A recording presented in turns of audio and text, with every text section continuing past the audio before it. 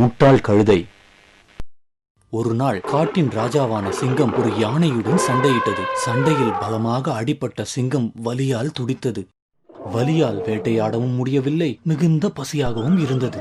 சிங்கத்தின் மந்திரியான நரியும் பசியுடன் தவித்தது. நரி ஒரு நாள் கூறியது, மதிப்புக்குரிய ராஜாவே, நாம 2 பேரும் பசியால ரொம்ப கஷ்டமா இருக்கோம். உங்களுக்கோ இன்னும் சில நாட்களுக்கு வேட்டைக்கு போக முடியாது. இந்த நிலை நடிச்சா நாம 2 பேரும் பசியால இறந்து போயிடுவோம்.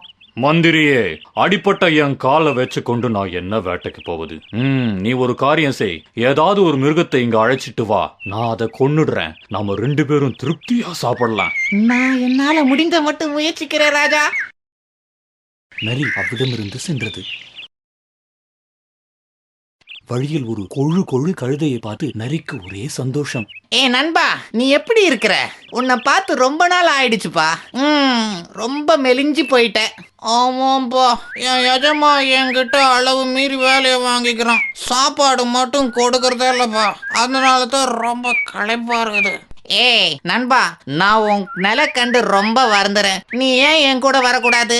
எங்க ராஜா சிங்கம் ரொம்ப நல்லவரு, கருண உள்ளம் படைச்சவரு. ராஜாவின் அவையில மந்திரி வேலை காலி ஆகுது. நீ அங்க வந்து வேலைக்கு தகுதியானவன் தான். நீ வா வா, நான் சேர்த்து விடுறேன். நிஜமாவா? நான் கிராமத்து வீட்டு பிராணி, காட்டுல உள்ள மிருகம் கிட்ட மத்தியில எப்படி வாழறது? அத பத்தி நீ கவலைப்பட வேணாம், நான் பாத்துக்கிறேன், வா. சூழ்ச்சிக்கார நரியின் வார்த்தைகளை அந்த முட்டாள் கழுதையும் நம்பியது. நரியுடன் காட்டுக்குள் சிங்கத்திடம் சென்றது. பசியில் துடித்துக் கொண்டிருந்த சிங்கம் அந்த கொழு கொழு கழுதையை பார்த்ததும் தன்னிலை மறந்து தாவியது. ஆனால் கழுதையை பிடிக்க முடியவில்லை, அவசரப்பட்டு விட்டது. பயந்து போன கழுதை அங்கிருந்து ஓடிவிட்டது. சிங்கத்தின் அவசர புத்தியால் அவர்களுக்கு இரை கிடைக்கவில்லை. நரிக்கு சங்கடமாக போய்விட்டது. சிங்கமும் அதன் அவசர புத்தியை எண்ணி வருந்தியது. அதே கழுதையும் மறுபடியும் அழைத்து வருமாறு நரியிடம் சிங்கம் கூறியது.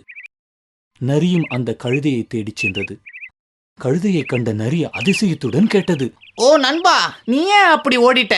உன்னை பார்த்து ரொம்ப சந்தோஷத்துல அந்த சிங்கம் உன்னை வரவேற்பதற்கு தாயா தாவிச்சு. கழுதை மறுபடியும் ஏமாந்து சிங்கத்தை பார்த்து பேசுவதற்காக மீண்டும் நரியுடன் சென்றது. இந்த முறை சிங்கம் மிகுந்த எச்சரிக்கையுடன் இருந்து கழுதை அருகில் வந்த பிறகே சிங்கம் கழுதையை அடித்துக் கொண்டு தின்றது. நரியும் சிங்கமும் மிகுந்த மகிழ்ச்சியுடன் சிரித்தன. சிங்கராஜா சாப்பிட ஆரம்பித்ததும் நரி சொல்லியது, ராஜாவே, நீங்க ரொம்ப பசியோட இருக்கீங்க. இருந்தாலும் சாப்பிட முன்ன குளிக்க வேணாமா? சீக்கிரம் போய் குளிச்சிட்டு வாங்க. சிங்கத்திற்கு நரி சொன்னது பிடித்திருந்தது. அது நதியை நோக்கி நடந்து சென்றது. சிங்கம் சென்றவுடன் நரி கழுதையின் மூளை பகுதியை தின்றுவிட்டது.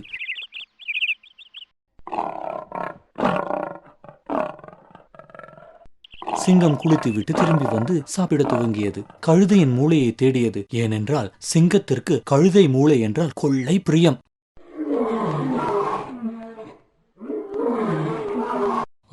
இந்த கழுதையோட மூளை எங்க? நரியே, நீ சாப்பிட்டுட்டியா? ஐயோ, இல்லவே இல்ல ராஜா, எனக்கு எதுவுமே தெரியாது. கழுதைக்கு மூளையே இல்லையே, அதனால தான் இந்த கழுதை 2வது வாட்டி உங்ககிட்ட வந்திருக்குது. சிங்கமும் யோசித்தது. உணவை சந்தோஷமாக சாப்பிட்டது. நீதி: எந்த சூழ்நிலையிலும் விரோதியின் வார்த்தைகளை நம்பாதே.